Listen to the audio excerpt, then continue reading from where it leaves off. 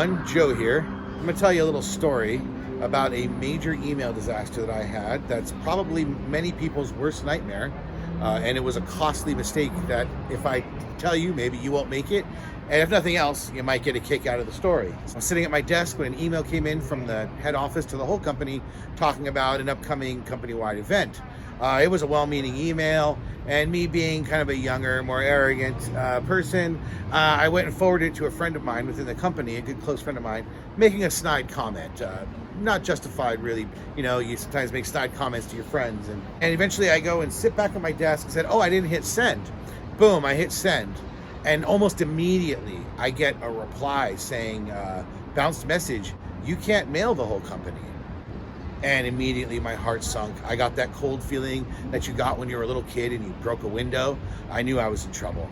I quickly looked at the email, and yes, the main alias to the whole company I couldn't reply to, but it wasn't the only alias on the email. The payroll and accounting departments were on this email. The publicity and marketing people were on this email. The executives were on this email. Most importantly, human resources was on this email.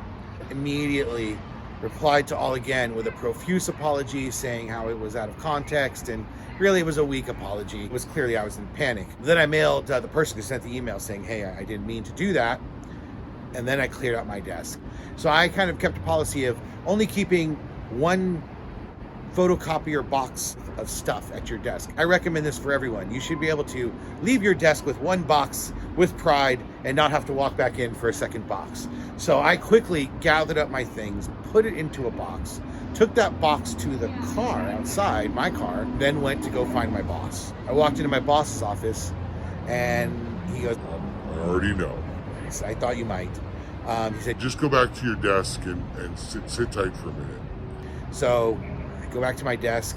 Everyone's, mailing me, calling me. Dude, what did you do that for? What's going on? A few minutes later, I get a call, and it's my boss's boss. And he's at the Human Resources Department. And he says, why don't you come on down? It was many buildings stretched across the studio lot. And I now had to walk from my building to the Human Resources building, which was at the opposite ends of this campus. With my head down low, I slowly walked the entire length of the campus, thinking this was probably the last time I'm going to get to see this campus. And I went into HR. They sent me home with pay for now. About a week went by. Finally, I got a call from my boss saying, okay, we figured out what we're going to do. I had to take 2 weeks unpaid. It was a really stupid thing in my younger years. I mean, it was a very mild comment, but if you're going to reply to the whole company, you're really saying something. The company, it was great. They didn't fire me. I mean, I was really happy that I thought I'd lost my career. And in fact, they saw that it was just a stupid mistake and scolded me, sent me home, and I came back and it was behind me. I think for the next year, I had went into Outlook and removed the reply to all button from the customize your buttons feature.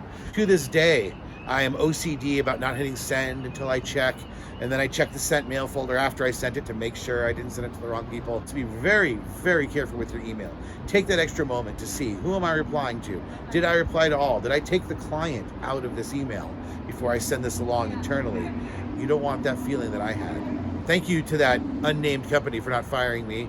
Many, many years, dare I say, almost decades behind me. Be careful with your email and, stay safe, wear a mask, all that stuff. Take care.